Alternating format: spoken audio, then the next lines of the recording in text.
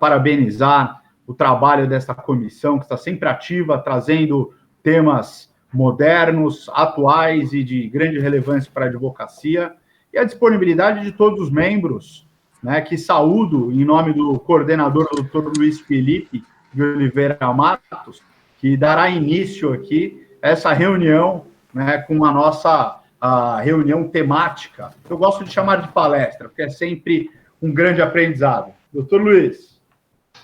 Muito obrigado, doutor. Também gostaria, então, de reiterar, né, seus agradecimentos pela participação de todos. É sempre muito bom ter esse quórum aí de interessados e de entusiastas no tema, né? Sempre deixando a menção de que nossa comissão está aí, né, disposta sempre a receber todos de braços abertos, quem tiver interesse no tema, seja para contribuir, seja para aprender. Estamos sempre aqui de braços abertos para que nossa comissão possa crescer cada vez mais com esse tema que todo dia tem uma novidade, né? É uma área do direito que não para de trazer novidades. Então, bom, hoje não é uma palestra oficialmente, né, onde teremos um palestrante responsável pelo tema, mas é uma reunião, né, uma reunião ordinária da comissão, por assim dizer. Então, a título de reunião, é livre participação de todos, né, a gente apenas traçou um tema principal a ser discutido por todos nós, que seria o impacto da LGPD no marketing digital, e todos aqui que tiverem interesse em contribuir ou fazer questionamentos serão muito bem aceitos, né? Quem, porventura, tiver com algum problema no áudio, fique à vontade para mandar posições, questionamentos ou contribuições no chat ali da nossa sala, tá bom? Doutor Aguirre, quer falar alguma coisa? Eu só queria agradecer a todos. Doutor Gustavo, mais uma vez, muito obrigado pela gentileza, dispondo do tempo, sei que é bem corrido para a diretoria, né, sempre nos agraciando. Aproveito também o doutor Marcos, também, que está nos agraciando hoje, e a todos presentes. E a nossa reunião teve ensejo com a grata participação da doutora Amanda. A doutora Amanda nos trouxe um questionamento bem pontual, e isso gerou o tema da nossa reunião. Então, até gostaria de pedir a participação de todos. Hoje também está presente o doutor Alessandro, que ele faz parte também da nossa comissão, ele vai nos ajudar também na condução dos trabalhos. Doutora Amanda, se você pudesse, só para a gente iniciar, contar um pouquinho do seu problema que você teve, o que gerou essa reunião, até para a gente conseguir depois alinhar as diretrizes e abrir até questionamentos e a participação de todos. Obrigada pela palavra, doutor. Bom, a questão inicial foi que eu sou sócia de uma agência de marketing digital e com a publicação da LGPD, surgiu, assim, uma onda de pânico, né, em relação tanto com os clientes quanto com a própria equipe de criação, né, e analisando a lei, eu falei, gente, mas por que vocês estão tão preocupados, né, porque se nós não estamos incorrendo em nenhuma das práticas ali de infração a nível administrativo, com o que vocês estão tão preocupadas? E aí comecei a fazer levantamento do que estava acontecendo internacionalmente e que medidas efetivamente nós deveríamos tomar dentro da empresa, né? Então, todo esse pânico que começou a surgir é que muitas agências começaram a disparar autorizações de uso de dados, enfim, mais aquela galera que cuida de CRM, né? Fazer esse cadastro, né? Esse uso de dados para publicidade. Então, todo o ensejo dessa equipe veio com relação à responsabilidade. E aí a questão que muito assertivamente, doutora Aguirre veio a me aclarar, quando você faz a publicação do site de uma empresa, né? Hoje em dia é recomendável que todas as empresas deixe lá um itemzinho para que você aprove a política, né, o termo de uso, de acesso ao seu site. Nem todos os sites estão fazendo isso ainda, né? A gente está vivendo um período de adaptação, mas alguns sites fazem uso dos dados de uma forma tão complexa que esse link de aprovação, esse item de aprovação aos termos de políticas do site ou a cookies para usos de dados, ele está tomando metade de uma página, por exemplo. Então, você praticamente é obrigado a aceitar, né? Daí que veio o meu primeiro item com relação ao vício do consentimento. Mas um debate um pouco mais acadêmico, né? Mas do ponto de vista prático, a dúvida real era com relação à responsabilidade. Dentro do meu site, se eu insiro um plugin, né, um direcionamento por link para minha página no Facebook, por exemplo, eu sei que o Facebook vai fazer captação e gestão de dados, né? Mas o meu domínio, o meu site, estar cedendo espaço para o Facebook, eu tenho responsabilidade com relação aos dados que o Facebook vai captar? Essa foi a dúvida de uma das minhas sócias, e nós entramos em milhares de debates, e eu falei, bom, já que é tudo muito novo, né, a aplicabilidade dessa legislação foi usada até para direito do trabalho, eu vi um artigo outro dia no Jornal Econômico, então deixa eu procurar quem entende mesmo disso, quem é especialista, para poder fazer as orientações corretas, né. Então, basicamente, seriam esses itens, esses 3 itens, né, doutor? A obrigatoriedade de inserir um aceite no site, né, para os termos de uso, para eventuais pessoas que fazerem o aceite, a responsabilidade em relação a plugins de redes sociais no próprio site, e essa questão aí do mito do consentimento.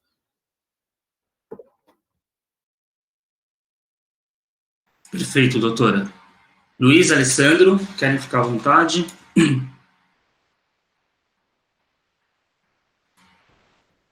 Alô? Oi. Bom, de minha parte aqui, não sei como você já deu aí uma estudada nesse tema, você quer contribuir um pouco com a gente? Pode. A primeira questão dela foi a obrigatoriedade, não foi isso, doutora Amanda? Exatamente, em relação aos termos e a política de acesso ao site, né? Porque uma pessoa, por exemplo, que tem aqui um site pequeno, não sei, alguém que está aqui fazendo um site, um e-commerce para personalização de canecas, por exemplo. Uhum. Essa pessoa tem obrigatoriedade de sinalizar lá no seu site esse termo e a política de acesso ao site e tudo mais, porque, no geral, a captação de dados é para CRM, né? Sim. O que eu acredito, doutora Amanda, é que, na verdade, você tem que trabalhar com boas práticas. A ideia, ao invés de você traduzir em obrigatoriedade, tem que pensar nas boas práticas e nos princípios que a LGPD traz. A partir desse momento, quando você observa uma política de privacidade ou um termo de uso, ele serve muito mais para você dar publicidade e dar conhecimento aos usuários do que propriamente para que você obrigue a ter um consentimento. O consentimento é para que você tenha uma prova ou você tenha uma possibilidade de verificação que o usuário ele tem ciência do que está acontecendo ou está sendo executado naquele site ou naquele e-commerce ou naquela plataforma ou aplicação. Com relação à responsabilidade, quando você coloca um link de acesso do Facebook dentro da sua plataforma, a responsabilidade da captação dos dados do Facebook, ele é do Facebook. Por isso que é importante que você, quando você, no seu termo de uso, na sua política de privacidade, você descreva que existe um link de acesso para o Facebook que vai ser redirecionado para uma plataforma diferente do ambiente da plataforma que vocês estão trabalhando. Um exemplo, uma empresa que faz uma venda, um e-commerce de esmaltes. A partir do momento que você direciona para que ele visite a sua rede social, quando ele clica nesse ícone, nesse direcionamento, automaticamente o browser de navegação, ou se você tiver no celular ou mobile, ele vai automaticamente redirecionar para um browser de navegação ou para a aplicação. A partir desse momento, você está saindo do ambiente de coleta de dados do seu site para um ambiente do Facebook. Essas informações, essa transição de responsabilidade é importante que você descreva nos seus termos de uso. Por isso que os termos de uso, eles servem não como uma forma de obrigatoriedade, mas sim de traduzir as boas práticas da empresa. E com relação à responsabilidade... Sim. Fazer um adendo aí? Claro. Que, assim, essa questão da obrigatoriedade, né? Primeiro que, assim... temos que lembrar que a Lei Geral de Proteção de Dados, ela é uma lei que necessita de regulamentações, né? Ela não é uma lei absolutamente completa. Então, tem a ANPD, né, que é a Agência Nacional de Proteção de Dados.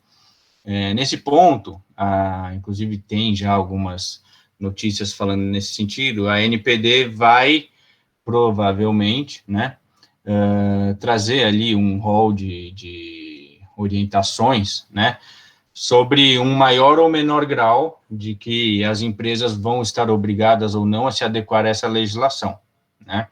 Obviamente, vai ser levado em consideração o porte da empresa, a capacidade de organização da empresa e tudo mais, né, você não pode exigir de uma empresa ali de e-commerce de bairro o mesmo grau de proteção de dados que você vai exigir de uma Microsoft, né? E certamente isso vai ser levado em consideração pela ANPD quando vier a regulamentar esse tipo de situação. Como bem colocou a Guido também, essa questão da obrigatoriedade é muito relacionada à questão das boas práticas adotadas pela empresa, né? A própria LGPD traz no seu corpo, agora não me recordo o artigo, discriminando, né, ali toda uma série de situações que serão levadas em consideração pela ANPD na hora da aplicação de uma penalidade, seja ela multa, seja qualquer coisa, e essas condições a serem verificadas pela ANPD são justamente todas as condições que demonstrem que a empresa estava, de fato, preocupada com a proteção de dados, né, e, dentro do possível e das suas capacidades, ela adotou todas as medidas que estavam a seu alcance para minimizar qualquer risco de incidentes de proteção de dados pessoais. Como a gente costuma dizer, imune à ocorrência de algum evento de privacidade de dados, ninguém está, né? Pentágono já foi invadido, NASA já foi invadido, então não vai ser uma empresa que não vai ser invadida, com certeza, né? Mas a gente tem que adotar todas as medidas cabíveis para tentar minimizar esses riscos, né? Compartilhei aqui o link da notícia que eu falei em relação à Justiça do Trabalho. Sim. Eu li algumas notícias nesse sentido também, que a principal base de ações trabalhistas hoje em dia é a LGPD, que tem trazido muito impacto nas relações trabalhistas, né? Então, assim, eu não sou da área, mas apavora, né? Porque eu me sinto juridicamente insegura, porque a finalidade da legislação não era para isso, mas sim, causou esse efeito, né? Daí a minha necessidade maior ainda de estar aprendendo com os especialistas. Até porque muitos desses advogados que entram com essas ações, né? Lógico, não posso generalizar, mas muita gente ali possivelmente não é especialista em direito digital e LGPD, né? Então acabou ali vendo uma notícia sobre LGPD e falou: se aplica no meu caso aqui, vou entrar e já era, né? Muitas ações, creio eu, serão improcedentes, né? E com relação àquela questão do compartilhamento de responsabilidades com o Facebook, né? O Aguirre colocou muito bem. Eu só queria complementar com uma situação que, assim, tudo vai depender, por exemplo, você tem um site, no site tem um link que redireciona para a sua página do Facebook. Na sua página do Facebook, você também faz tratamento de dados, você coleta informações e alguma coisa nesse sentido. Ali, nesse tipo de situação, a sua responsabilidade com o Facebook, na verdade, vai ser solidária, né? Eu entendo. Vocês vão estar sendo igualmente responsáveis pelos dados ali coletados, né? Ambos serão tratadores de informações. Posso fazer só um complemento, Luiz? Claro. Doutora Amanda, o que quando o Luiz comentou com relação à NPD, é que na própria lei, no artigo 50, ele fala que existe a possibilidade, tanto os operadores quanto os controladores, no âmbito de associação, eles formularem regras de boas práticas, ou seja, vai ter um determinado momento que a própria associação referente àqueles prestadores de serviço ou aquela designação de trabalho, eles mesmos vão formular regras de boas práticas que poderão ser protocoladas na NPD, justamente para que aquilo sejam diretrizes a serem seguidas, até por uma questão de penalidades ou não, com relação às atitudes daquele segmento do setor da economia. E com relação ao que o Luiz falou, da parte de responsabilidade, Luiz, ela também quer saber com relação à parte de consentimento, que essa é uma parte bem sensível, principalmente quando a gente fala que tem que ser trazido um pouco mais atrás para a gente entender se o tratamento desses dados, eles estão sendo caracterizados como operador ou estão sendo caracterizados como controlador. Então, para explicar isso, a gente vai dar um passinho atrás para poder exemplificar ou explicar nesse sentido. Doutor Alessandro, gostaria de fazer alguma contribuição? O doutor Alessandro trabalha diretamente também na adequação, né? Então, fique à vontade. Não só fazer contribuições, como eventualmente corrigir algum equívoco que tenhamos cometido. Fique à vontade. Não, eu vejo que todas as colocações do Dr. Aguirre, elas vão exatamente de encontro aqui, não realmente a uma obrigatoriedade, né, mas sim uma política de boas práticas, né. Então, lá, a política de utilização quer dizer, a questão da utilização de cookies, sabe, tem que estar previsto também no site, a política de privacidade, sabe, para os casos, por exemplo, em que os dados são coletados, a política de retenção de dados, né, a política de proteção de dados. Então, em muitos casos, elas são, sim, necessários, são obrigatórios, né, até mesmo pelo volume de dados que a empresa coleta e que trata, como no nosso caso, por exemplo. Em alguns casos, realmente é uma questão de boa prática, né. Então, diante de tudo que você falou, Aguirre, eu não tenho muito o que acrescentar, eu tenho muito que concordar com você, né? Tá perfeito, tá ótimo, não tem muito que agregar, não. Doutora Amanda, quando a gente fala de boas práticas, é porque seria incorreto afirmarmos que dados pessoais são os dados somente identificados. Quando a gente fala de dados pessoais, as pessoas pensam em primeiro momento no RG, no CPF, numa situação muito clássica de um dado pessoal. Mas a lei, ela atribui a dados pessoais os dados que também possam ser identificáveis. Então, muitas vezes, na navegação do site ou de uma aplicação, que você esteja trabalhando no âmbito de mobile, que seria no celular, a triangulação dos seus dados de localização, mais o seu celular, o modelo do seu celular e diversas outras informações que, de forma separada, não são tratadas como dados pessoais, de forma conjunta, a trazê-los como identificável, se tornam dados pessoais. Então, a boa prática vai muito além disso, é de dar informação àquele usuário comum, aquele usuário, aquele detentor titular dos dados pessoais comum, que ele tenha ciência que esses dados também estão sendo coletados. Então, as boas práticas, elas vão de encontro com os princípios que são disponibilizados na LGPD. Excelente, doutores, porque essa questão de boas práticas, eu vejo que é prudente, né, é muito mais de direito preventivo, né, não uma questão de obrigação, e por óbvio, se você não está utilizando dos dados de quem acessa para finalidades indevidas, não há com o que se preocupar, mas toda a questão é que eu não tenho que provar para quem se sentiu lesado em relação aos seus dados, que eu não...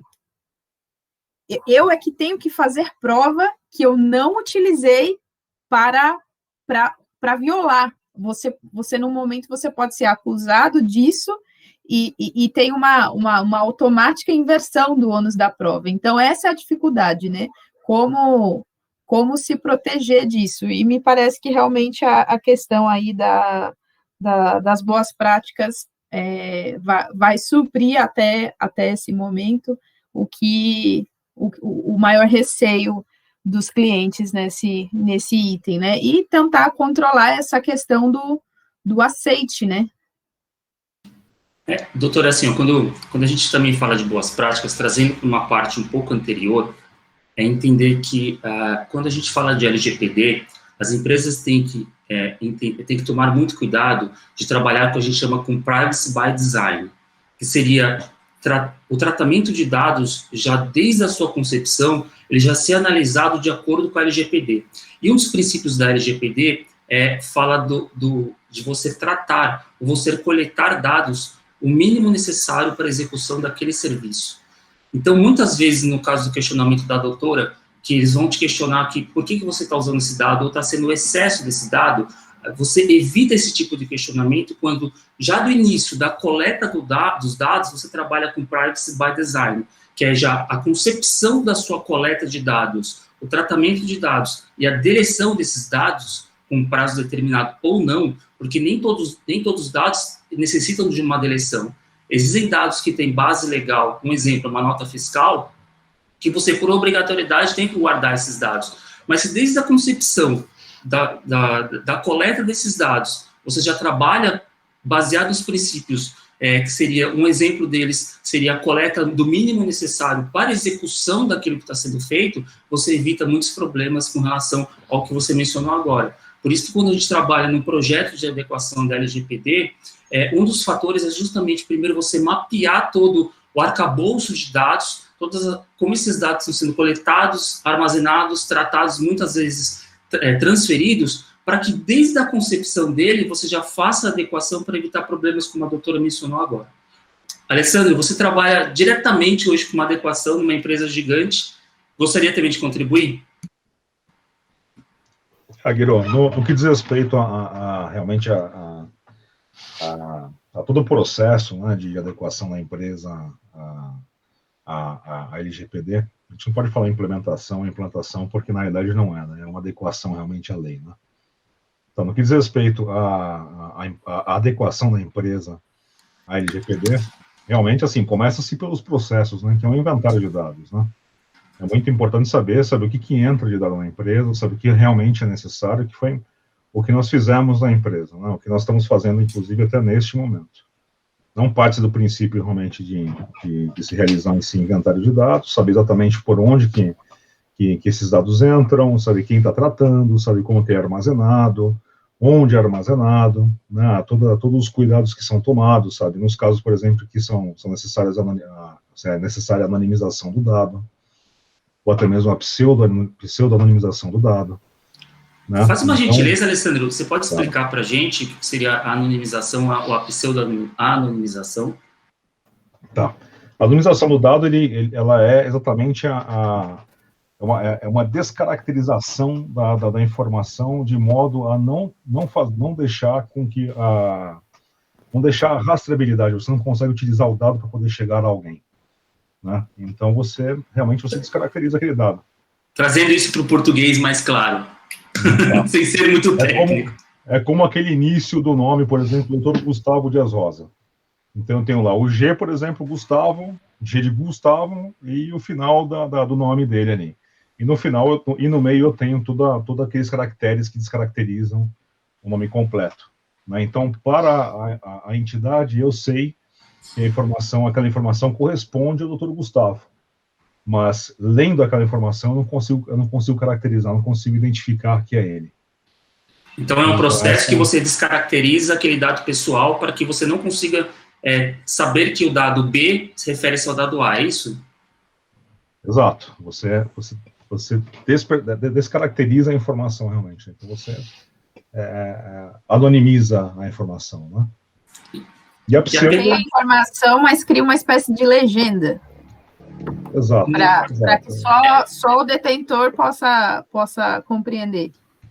Na verdade, doutora Amanda, você descaracteriza ele de tal forma que aquele dado ele não se torna mais pessoal. A anonimização ela tem que ser um processo irreversível.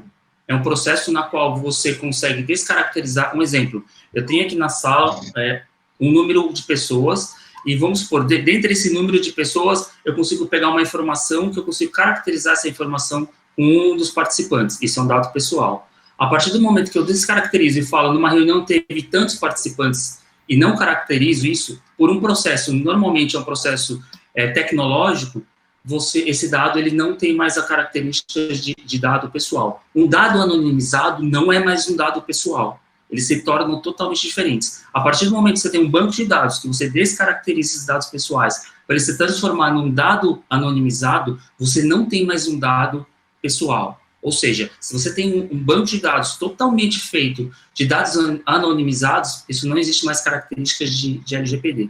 Contudo, existe uma outra vertente quando esse dado é anonimizado e esse processo de anonimização pode ser revertido. Aí o Alessandro vai continuar, que é justamente onde eu cortei ele. Desculpa, Alessandro. Não, você está num caminho muito bom, Aguirre. É exatamente isso. Né? Quando você despersonifica o dado, você tira a rastreabilidade dele, você não consegue chegar ao titular do dado. Né? Esse processo realmente não é reversível, né? E, bom, a anonimização é exatamente isso mesmo. A pseudonimização, ela deixa ainda uma certa possibilidade ainda, né? Existe ainda uma possibilidade de você conectar a informação, né? Bom, basicamente, conexão é exatamente isso, né? Entre as duas possibilidades aí de transformar um dado pessoal em algo que não consiga rastrear, não consiga chegar à pessoa, e isso que torna um dado que era pessoal já não mais uma informação útil para esse tipo de coisa. Né? Agora, sobre os processos que eu estava te falando, sobre a adequação da empresa, né, à LGPD, é exatamente isso. Então, começa assim com o inventário de dados, né, você faz um inventário, sabe, você procura entender por onde que esses dados chegam à empresa, sabe, quem trata esses dados, todo o processo que é feito, né, para tratamento dessas informações. A partir daí, há um mapeamento, sabe, isso de uma forma muito resumida, né, claro que por trás disso tem muitos processos para poder, sabe, mapear a informação direitinho, entender exatamente qual é a base legal que se trata depois a informação, a necessidade dela para a empresa, né, em continuar na empresa, inclusive até emprega-se a tabelas de temporalidade, por exemplo, né, como, por exemplo, no caso tributário, em que as informações fiscais elas têm que permanecer na empresa por mais de 5 anos, né, no caso do RH, por exemplo, informações que têm que permanecer na empresa por mais de 30 anos. Então, é a utilização da base legal, e aí depois entra na questão do consentimento, que é bem conhecido pela doutora Amanda. Isso de uma forma bem superficial. Né? Claro, depois tem toda a questão de segurança de informação de dados, sabe, a ISO 27001 que se aplica, e por aí vai. Perfeito. Doutora Amanda, antes de responder a sua pergunta do consentimento, é importante lembrar que o consentimento não é a única base legal de aplicabilidade com relação ao LGPD, tá? Principalmente quando você está falando assim, de base de dados de marketing digital, eu vou voltar um pouquinho para a gente entender uma outra nuance que eu acho extremamente importante. Quando você trabalha com marketing digital, você pode trabalhar com uma base própria. Normalmente, o marketing digital, ele funciona através de uma base de dados. Essa base de dados, ela já existe ou ela vai ser criada. É uma base de dados da empresa ou uma base de dados que vai ser utilizada por uma empresa terceirizada que vai fazer o marketing digital. Se eu estiver errado, por favor, me corrija. Seria o caso da empresa, você como prestadora de serviço de marketing digital, você utiliza o banco de dados da empresa, ou você cria um banco de dados para a empresa, ou a empresa tem o seu próprio marketing interno que trabalha com a sua própria base de dados. Nesse sentido, o primeiro passo que é importante identificar é saber se nesse trâmite da LGPD, se você vai trabalhar como controlador ou como operador. Isso é extremamente importante, até por uma questão de saber a responsabilidade da coleta de quem vai ser desse consentimento. Qual que é a diferença dos dois? Quando você trabalha com banco de dados e você toma todas as decisões estratégicas, você tem um controle desse banco de dados, você tem autonomia para inclusão, exclusão e total gerência desse banco de dados, você é o controlador. Você tem toda a autonomia, então você, perante a lei, responde por todo esse banco de dados. A partir do momento que, no caso, uma agência de marketing vai trabalhar com um banco de dados de uma segunda empresa, de uma outra empresa, e ele só utiliza esse banco de dados para fazer o marketing, disparar as promoções de marketing, mas ele não tem autonomia de estratégia de alteração de banco de dados, não tem, tem prazo definido para a utilização de banco de dados, e ele é somente o utilitário desse banco de dados, então, na verdade, ele é o operador. Então, não compete ao operador nesse sentido, mas sim a responsabilidade seria do controlador. Então, é importante fazer essa distinção, principalmente quando você vai fazer a prestação de serviço de uma empresa que vai fazer, um exemplo, uma agência, que vai fazer o marketing de uma terceira empresa, é muito importante verificar isso na parte contratual, justamente para saber de quem que é essa responsabilidade. Tanto é que quando a gente vai trabalhar sobre a LGPD de uma empresa, uma das características é a revisão dos contratos, justamente para verificar de quem que é a responsabilidade daquele banco de dados. Um exemplo, no caso da doutora, você tem uma empresa que presta serviços, se você, depende do serviço que você prestar, você vai agir como controlador. Então, sua responsabilidade será inerente como o controlador fosse. Mas, ao passo que você não tem as mesmas atitudes, como você tem um prazo definido para devolver esse banco de dados, você não tem autonomia para fazer modificação, tratamento ou até transferência desse banco de dados fora do arcabouço que a empresa te passou, você está trabalhando somente como operador. Então, a sua responsabilidade, ela muda. Alessandro, Luiz, alguma coisa? Somente o artigo 7º que fala sobre as bases legais, logo no início você referiu. Eu vou entrar justamente nela, justamente por falar sobre o consentimento, que é o mito do consentimento. Eu vou só jogar a bola, eu vou deixar os meus amigos falarem um pouco. Porque todo mundo pensa e acredita que o consentimento do titular ele é a base legal mais forte, e muitas vezes não é. Existem muitos trâmites, por exemplo, no marketing digital, que o legítimo interesse, ele tem muito mais força para você utilizar com o seu cliente do que propriamente consentimento. Porque, dependendo da situação, você seria obrigado a fazer diversas coletas de consentimentos, sendo que, em determinados serviços, a base legal já se justifica. Um exemplo, você é uma empresa que vende cartuchos para impressora. E você coleta esses dados justamente para uma base legal, que é justamente para você poder emitir essa nota fiscal. A coleta dessas informações para a emissão das notas fiscais, você não precisa da autorização do titular dos dados, porque ele faz parte do legítimo interesse e faz parte de informações que são necessárias para o cumprimento daquela obrigação. Se você for fazer um marketing digital nesse sentido, se você só trabalha com esses cartuchos e o seu cliente ele sabe que o arcabouço do seu serviço, o seu core do seu serviço é a venda de cartuchos, e você ofertar esses cartuchos ao seu cliente através de um e-mail, ele também é cabível no legítimo interesse.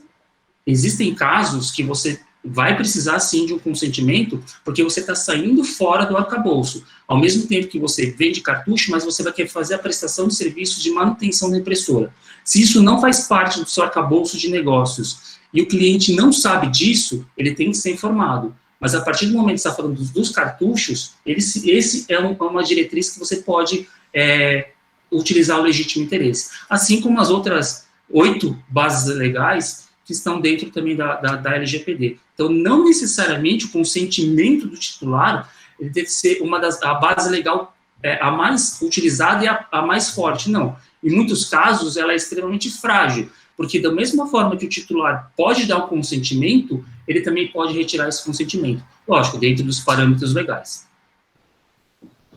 Sendo revogável, é muito melhor enquadrar realmente a necessidade, as bases, do que utilizar um consentimento. Fato. Concordo. Até aproveitar para puxar aqui também uma observação da doutora Vanessa, que ela fala, fazendo um paralelo com o CDC ali, né? É muito importante a gente sempre lembrar que a LGPD não é uma lei isolada, né? Ela é uma lei que ela tem que ser aplicada em conformidade com diversas outras leis, né, como o Marco Civil da Internet, Código de Defesa do Consumidor, e assim por diante, né, Código Civil, enfim. Então, de fato, não só a LGPD tem que... E por isso que é extremamente complexo esse processo de adequação das empresas à LGPD, né, porque você não vai adequar simplesmente a uma lei, você vai adequar a empresa a todo um arcabouço legal, né. Com relação à questão do consentimento, concordo com o Dr. Aguirre e o Dr. Alexandre, que a gente, Alessandro, desculpa, que a gente, o consentimento, muito embora tenha se criado esse mito, né, do principal, da principal base legal para a LGPD, né, também, ao mesmo tempo, é a mais frágil, né, porque primeiro você vai ter que ter o controle muito bem feito de todos os consentimentos fornecidos. E segundo, você vai estar sempre sujeito a qualquer momento os consentimentos serem revogados, né? E aí você fazer esse controle de revogação e tudo mais acaba sendo bastante complexo.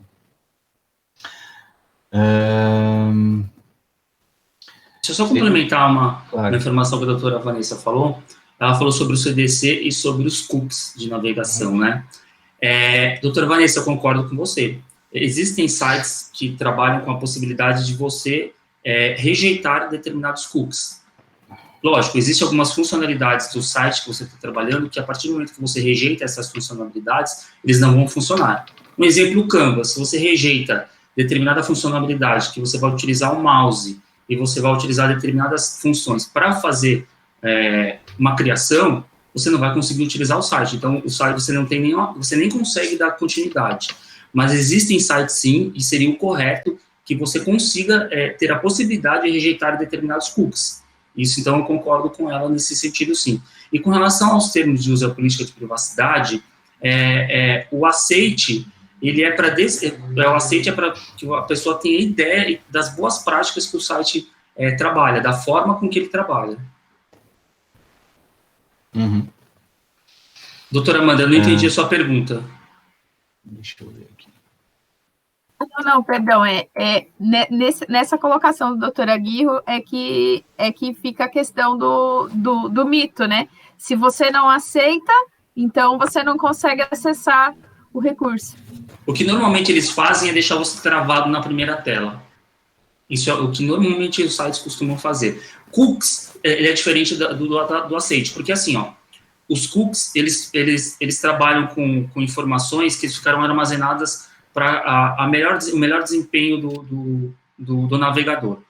Existem cookies que você pode rejeitar. O que seria o correto é que todos os sites dessem as opções, sites, quando eu falo sites, são sites, plataformas, tá? No sentido de aplicação. Que eles te dessem a possibilidade de você escolher quais dados, quais cookies serão coletados ou não, mas nem todos fazem isso.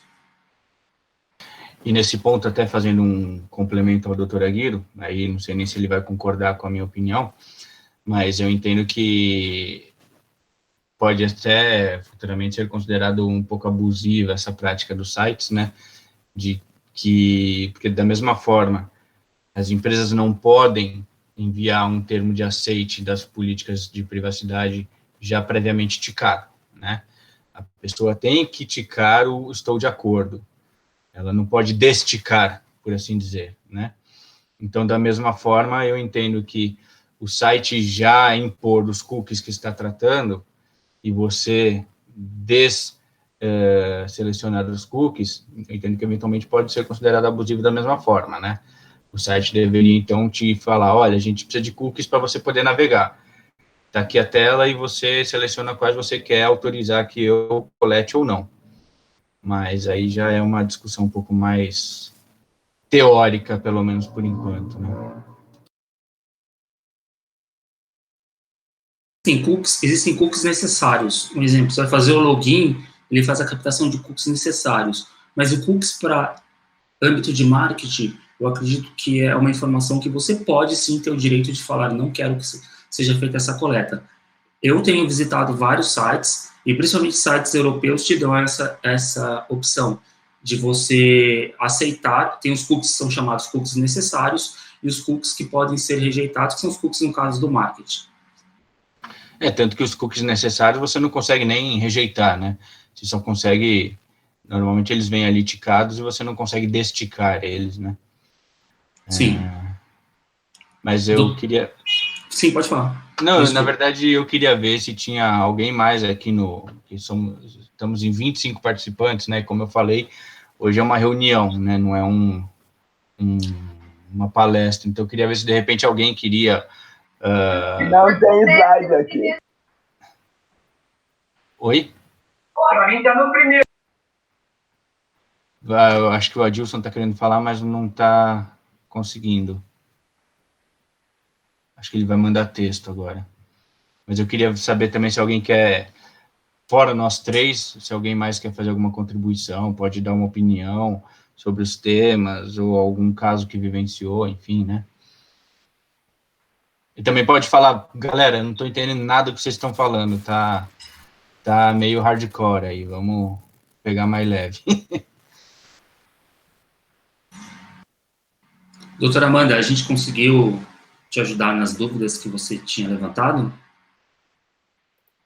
Sim, com total clareza, foi tudo muito elucidativo e já me levantou outras bandeiras aqui, mas como eu já monopolizei a reunião, eu vou ceder o direito de outras pessoas também, enfim, fazerem perguntas, né? Tem alguns colegas conhecidos aqui, estava a doutora Jéssica Bacari, o Adilson, já conheço de bastante tempo, a doutora Renata, e aí, se porventura ninguém tiver colocação, talvez falar alguma coisa em relação a CRM, né? Porque, por exemplo, a ferramenta de CRM, se tiver muito técnico aí também para o pessoal, é um gestor de informação que vai, muitas vezes, além dos dados, né?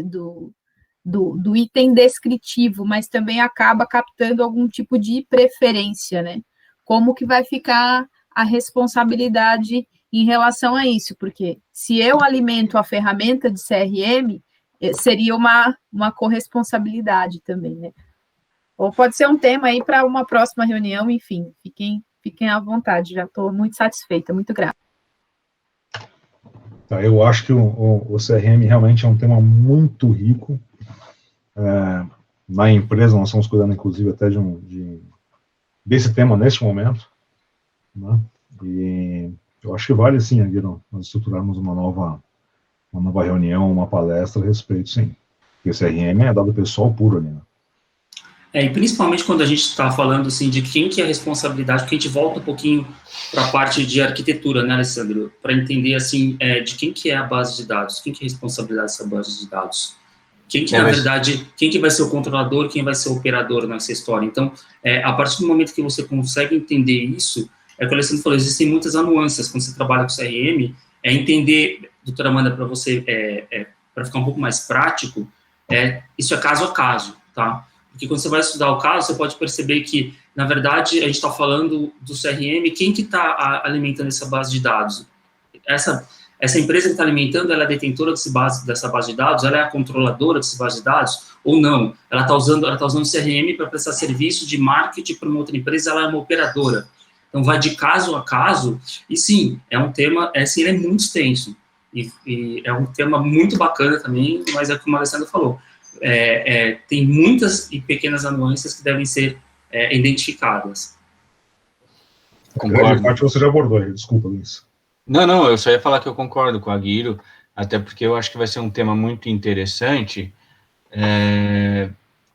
para a gente poder fazer um estudo bem aprofundado justamente no discernimento, né, entre controlador e operador, né, porque é um tema que, de fato, vai ser muito necessário a plena compreensão dessas duas figuras, que muitas vezes vão acabar ficando misturadas, inclusive, né. Queria aproveitar aqui, eu vi uma pergunta da doutora Vera. Ela falou, minha dúvida é quanto ao uso de imagem para a publicidade da empresa. Posso fazer um doc de consentimento atemporal? Aí depois ela complementa, complicado, melhor pagar figurantes. Então, doutora Vera, nesse sentido, a gente está falando também de propriedade intelectual, que seria direito de imagem, tá? Qualquer tipo de utilização de imagem, principalmente em âmbito de publicidade, ela precisa tem que estar abarcada pela propriedade intelectual. Se for uma imagem de terceiros, de pessoas que não são imagens públicas ou imagens pagas de bancos de dados contratados, é importante sim que você tenha numa cláusula contratual a disposição da finalidade, para onde vai ser utilizado, como vai ser utilizada essa imagem, aonde vai ser utilizada, o tempo e a cessão de direitos na parte de propriedade intelectual.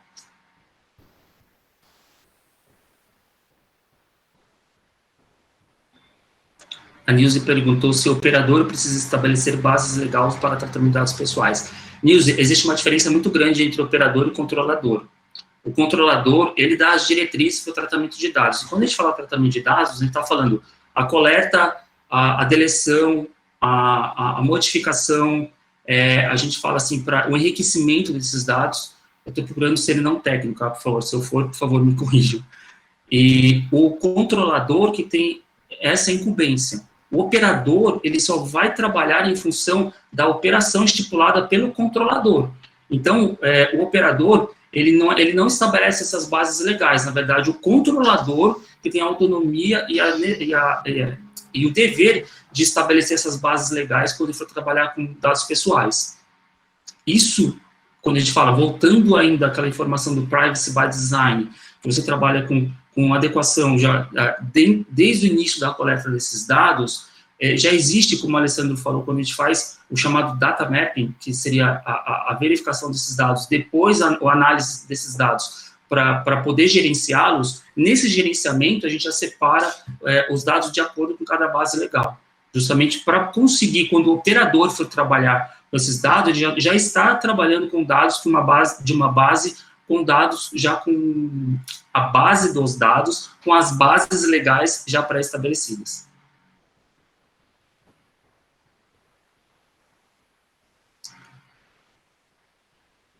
A Renata perguntou, em caso de uma empresa de software, ela é operador ou controlador? Depende, Renata. Se você vai trabalhar com software que você dá uma licença de uso, ele é uma situação. Se essa licença de uso é para que a pessoa ela crie um banco de dados, esse banco de dados é da própria empresa, ela só está cedendo o meio. Quem cria o software, quem utiliza o software e utiliza um banco de dados dentro da própria empresa, essa empresa é o controlador. Tá? Agora, se você disponibiliza o software, na verdade, só para que a empresa armazene, um exemplo, disponibiliza os dados, a Receita Federal disponibiliza os dados. A Receita Federal vai recolher esses dados depois do banco de dados dela. Nesse caso, a Receita Federal ela é o controlador. Então, depende muito aonde vai ficar o banco de dados e para que é utilizado esse software. Um exemplo são os escritórios de advocacia que usam sistemas de gestão processual, né? Você, ao alimentar o sistema ali com informações do seu cliente, né? Você é o controlador daqueles dados. Você coletou, você decide se deleta ou não aquele perfil do seu cliente, etc. A empresa que fornece o software que você está utilizando vai ser o operador, né? Porque ela, se você mandar deletar aqueles dados, ela vai só deletar. Ela não vai, ela não tem o poder de decisão sobre vida ou morte dos dados, por assim dizer, né? Quem vai dizer se o dado vive, morre ou é alterado é você, controlador, que alimenta a base de dados ali daquele software, né? Só que a base de dados não é do software, é sua, na verdade, só está hospedada no software. A Renata falou que ficou um pouco confuso o operador e controlador. Eu vou tentar explicar de uma outra forma. O controlador, Renata, é aquele que tem a base de dados e ele consegue ter toda a autonomia na modificação desse banco de dados. O enriquecimento é quando você pega outros dados e vai acrescer nesses dados. Um exemplo, eu tenho os dados do Luiz e do Alessandro. Só que eu tenho outro banco de dados que me informa onde eles fizeram essas compras. Então, além de ter o banco de dados do Alessandro e do Luiz, eu consigo enriquecer esse banco de dados com outras informações e eu tenho autonomia para, de repente, utilizar ele para o marketing, para fazer uma deleção, eu apagar esses dados ou até mesmo anonimizar esses dados. Esse é o controlador. O operador é aquele que vai executar as funções pré-estabelecidas pelo controlador. Ou seja, o operador é o cara que vai botar a mão na massa. Eu sou o controlador e falo assim, olha, eu tenho os dados do Alessandro e do Luiz. Eu alimentei esse banco de dados com outras informações. Eu enriqueci esse banco de dados. Só que agora eu quero que um terceiro, um exemplo, o Dr. Gustavo, que ele crie esse banco de dados que eu estou passando para ele vai criar e-mail marketing para mandar para os meus clientes. Esse e-mail marketing vai para o Luiz e vai para o Alessandro. Ao passo que eu sou controlador, que toma as decisões estratégicas e tenho autonomia sobre esse banco de dados, eu sou diferente do Dr. Luiz, que só está operando uma funcionalidade passada pelo controlador. Eu não sei se eu fui muito técnico, e doutor Renato, agora agradeço, obrigado. Guiro, utilizando até o caso da doutora Amorim, Amanda Amorim como exemplo, né? O controlador de dados é aquele que capta a informação. Então, por exemplo, no nosso caso, nós temos lá uma das empresas que capta a informação por intermédio de venda. Então, tem um cadastro de venda, tem a empresa que compra, tem o contato da empresa que está comprando, com o celular, com o e-mail, com todas essas informações. Então, como nós captamos essa informação, como nós recebemos e arquivamos essas informações, colocamos em banco de dados, nós somos os controladores, nós estamos controlando as informações. Agora, por exemplo, quando nós contratamos uma empresa para fazer um marketing, utilizando os dados da empresa, então, por exemplo, eu contrato uma empresa de marketing que vai utilizar a minha base de informações para fazer um trabalho, por exemplo, de envio de e-mail, de malha direta, de promoções. Essa empresa, no momento em que ela recebe minha base de dados para tratamento, ela é a operadora. Né? Então, é ela que vai operar a informação, ela que vai utilizar a informação para poder, atingir os fins de contrato. Né? Eu contratei o serviço para fazer, por exemplo, um disparo de mailing, de malha direta, de promoções que seja. A empresa que está executando esse papel de utilizar a informação e enviar o e-mail é o operador. Agora, eu que captei a informação, eu sou o controlador. Posso só fazer um complemento? Claro. Vamos. Tem que tomar muito cuidado com os operadores, no caso do marketing, porque a partir do momento que ele tem a possibilidade de ter ações estratégicas e ele consegue modificar e criar um outro banco de dados em cima disso, ele também se torna controlador. E uma das características, doutora Amanda, para você ser uma operadora quando trabalhar na área de marketing, é que o banco de dados que você utiliza, que você está vindo do seu cliente, um banco de dados que você utiliza, é que ele tem um prazo definido para devolução ou a não utilização mais desse banco de dados. Se esse banco de dados ele fica junto com a sua empresa, ele é absorvido pela sua empresa, você também se torna um controlador. Então tem que tomar bastante cuidado com essa nuance, que o Alessandro foi perfeito. Só tem que tomar cuidado que dessa função de operador, você pode se transformar num controlador também. É por isso que eu falei aquela hora, né, que muitas vezes as figuras acabam se misturando, né, porque se você não tomar muito cuidado com o que você de fato tem que fazer com aqueles dados, você passa de uma figura para outra. E aí a sua responsabilidade aumenta sobremaneira. Como é tudo muito inédito, né? Aí a gente fica, enfim, meio que pisando em ovos, né? Mas muito bem observado. Queria agradecer, doutora Amanda, a sua contribuição. A doutora Vera ela precisou sair, mas agradeço também. Muito obrigado, doutora Vera, pela sua participação. Doutora Renata também, doutora Nilce. O doutor Adilson também falou justamente sobre os cookies, né? Porque eles fazem coletas de dados em algumas páginas da opção da escolha para essenciais, marketing e outros. Exatamente, doutora Adilson. O correto é esse, tá? Porque dentre os cookies, muitos deles são para marketing. Então, o correto é que tanto os sites, plataformas, eles dêem a opção para que você consiga escolher quais cookies você tem que você vai fazer, que eles serão coletados. Muito obrigado pela participação.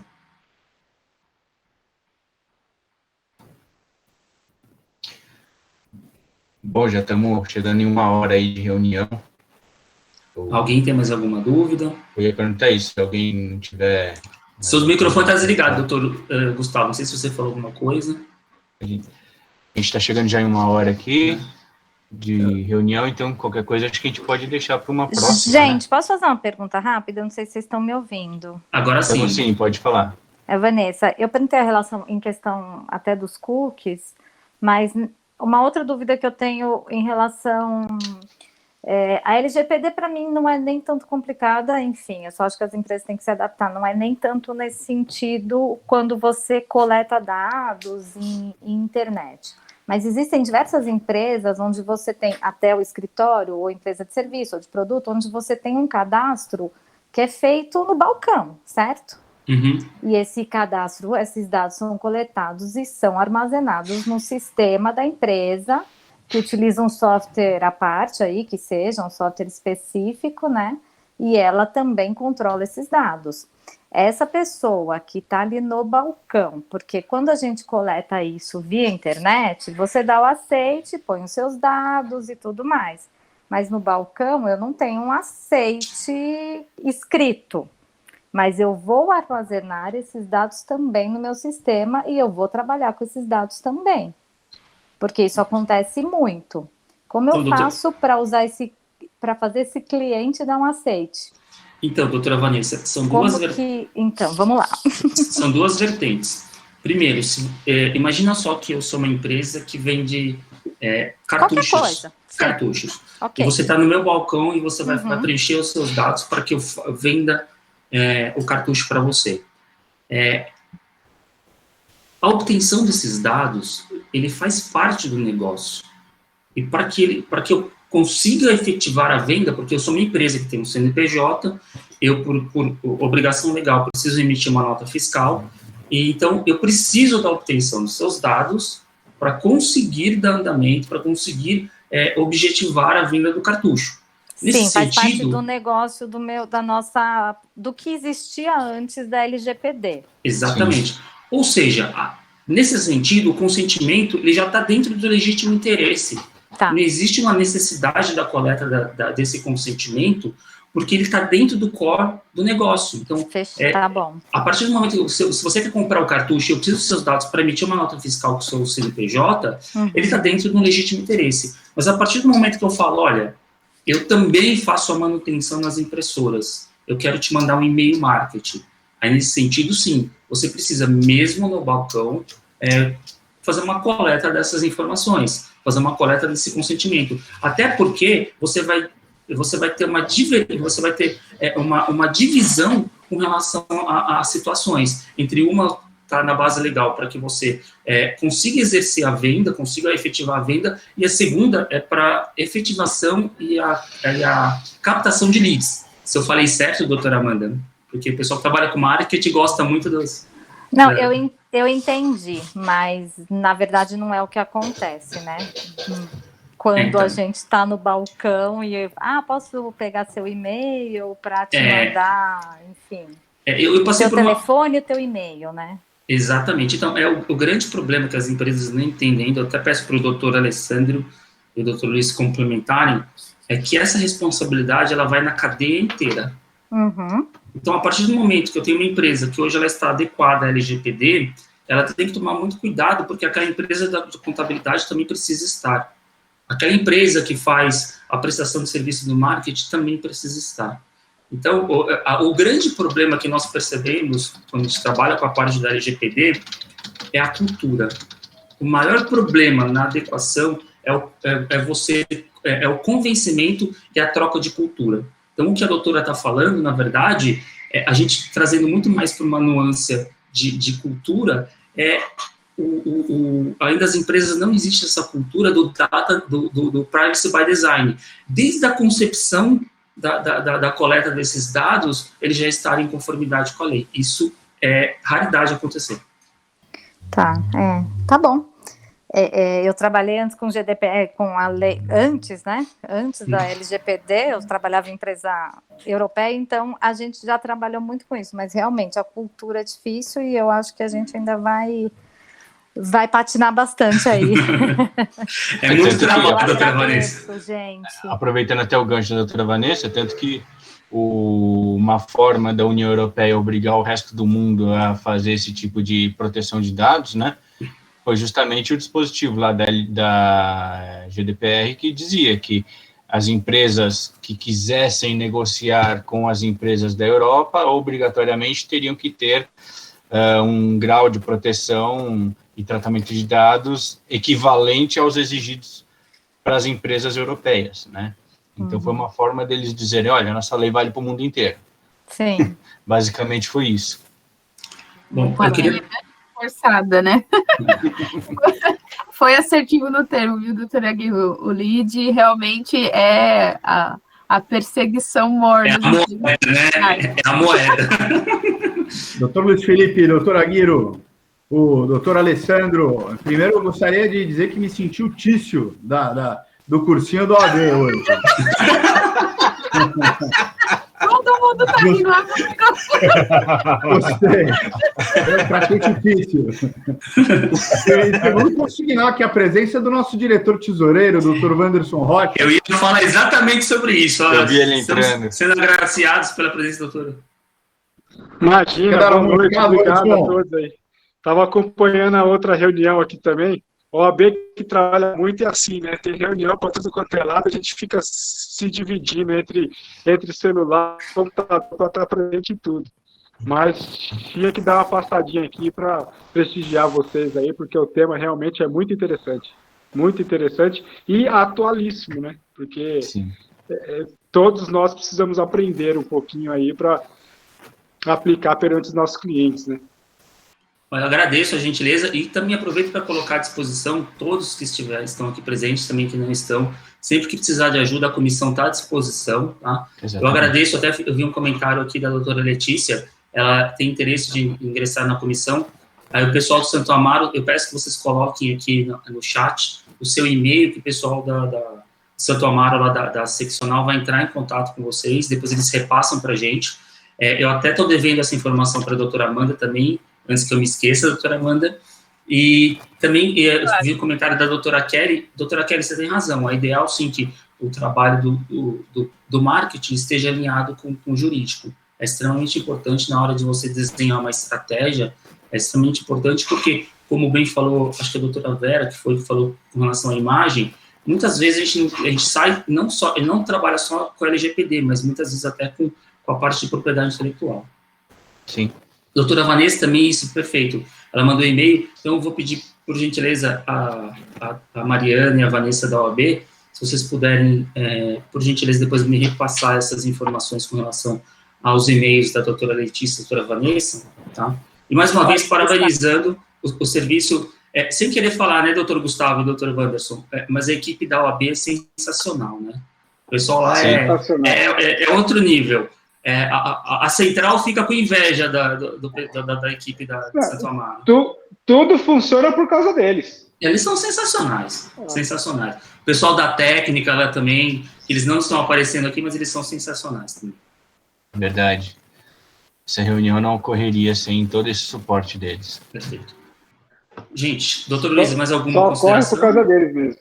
Exatamente. Não, então, eu acho que a gente pode encerrar essa reunião de hoje por aqui. E aí a gente... Gostaria só de aproveitar aqui essa oportunidade, antes de passar a palavra de volta para o senhor fazer o encerramento, claro, para reforçar aqui, e como estamos reforçando em todas as nossas reuniões, a necessidade do engajamento de cada comissão, cada colega, cada membro, nas campanhas da OAB Santo Amaro. Estamos fazendo campanhas para coletar alimentos, campanhas para coletar... inclusive material tecnológico para doar para alguns dos nossos colegas, seja um teclado, seja um mouse, nesse momento de dificuldade, muitos estão precisando, e também estamos com um programa de mentoria tecnológica, né, para aqueles que ainda, para quem conhece, aqui temos experts, né, quiser ser um mentor de algum colega mais velho ou mais novo que não tem ainda conhecimento para fazer no ESAGE e habilidade para lidar com as questões tecnológicas necessárias hoje na advocacia, também é possível. Precisando, procure Dr. Wanderson Rocha, que tem no escritório dele um ponto de coleta, Dr. Valdinei Paluri, ou no meu escritório mesmo, ou se inscreva para ser um mentor tecnológico. Além disso... Só para reforçar, viu, Gustavo, já encaminhamos uma remessa de alimentos para o Dr. Valdinei, porque a gente pensou, né, para que ficar estocando para depois entregar tudo de uma vez? Então, ele já levou, ontem ele passou lá no meu escritório, encheu a touro dele de alimentos já para fazer a distribuição, porque já havia gente pedindo para ele, procurando ele, falando da necessidade. Então, uma remessa já foi. Estamos lá, as portas estão abertas e tem espaço para receber mais lá. Vamos continuar com essa campanha por mais algum tempo, talvez o ano todo. Perfeito. Inclusive no material tecnológico, Aguirre. Tem muito advogado que está precisando de um mouse, de um teclado, de uma câmera para embutir e poder fazer audiência telepresencial, toda essa questão. Também dizer para todos, só por último aqui, doutor Aguirre, que se inscrevam no nosso canal do YouTube, da OAB Santo Amaro, 102 Santo Amaro, clique no sininho, fique sempre atualizado com as novidades e as palestras, congressos, simpósios, todos os eventos da OAB Santo Amaro. Era apenas isso, em nome da diretoria, e o Anderson pode dizer para a diretoria, doutor Alexandre Fante, nosso vice-presidente, da doutora Lisandra, eu, em nome da Cultura e Eventos, agradecer a presença de todos. Antes de passar, doutor Wanderson, quer deixar mais algum recado antes de passar para o doutor Luiz Felipe e o doutor Aguirre, doutor Alessandro fazendo o fechamento? Não, Gustavo, você aqui é o representante da OAB, estou aqui só como ouvinte mesmo. Parabéns aí e agradeço todo o seu empenho aí em ajudar a gente e se desdobrando também, sempre à disposição. Então aqui é você que manda, estou apenas como ouvinte. Parabéns a todos, aí devolvo a palavra para vocês. Muito obrigado a todos.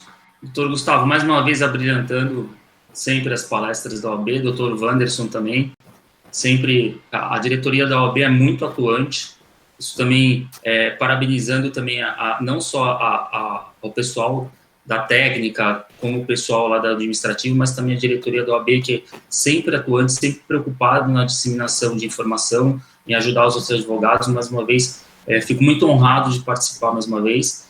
Queria agradecer a todos, também queria aproveitar, antes de passar a palavra para o doutor Luiz finalizar, passar para o doutor Alessandro, para fazer as considerações finais dele, e agradecer a todos pela gentileza. Doutora Amanda, muito obrigado pela gentileza.